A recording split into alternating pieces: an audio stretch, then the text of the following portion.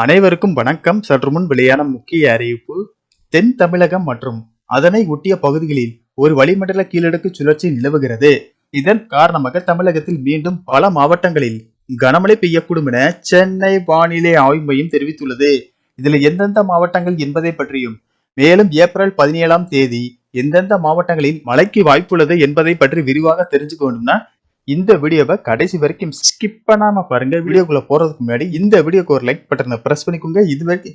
இது வரைக்கும் இந்த சேனலை சப்ஸ்கிரைப் பண்ணாதவங்க சப்ஸ்கிரைப் பண்ணிக்கோங்க.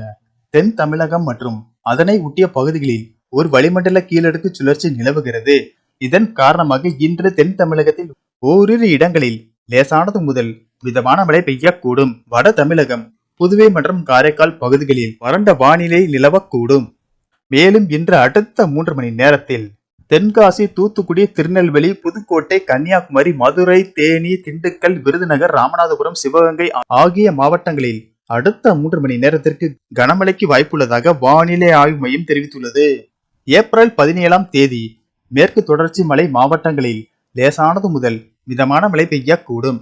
ஏனைய மாவட்டங்கள், புதுவை மற்றும் காரைக்கால் பகுதிகளில் வறண்ட வானிலை நிலவக்கூடும். 18 மற்றும் 19ஆம் தேதிகளில் தமிழகத்தில் ஓரிரு இடங்களிலும், புதுவை மற்றும் காரைக்கால் பகுதிகளிலும் இடி மின்னலுடன் கூடிய லேசானது முதல் மிதமான மழை பெய்யக்கூடும். மேலும் வருகிற 22ஆம் தேதி வரை தமிழகத்தில் ஓரிரு இடங்களிலும், புதுவை மற்றும் காரைக்கால் பகுதிகளிலும் லேசானது முதல் மிதமான மழை பெய்யக்கூடும். சென்னை மற்றும் புறநகர் பகுதிகளை பொறுத்தவரை அடுத்த 48 மணி நேரத்திற்கு வானம் ஓரளவு மேக மூட்டத்துடன் காணப்படும்.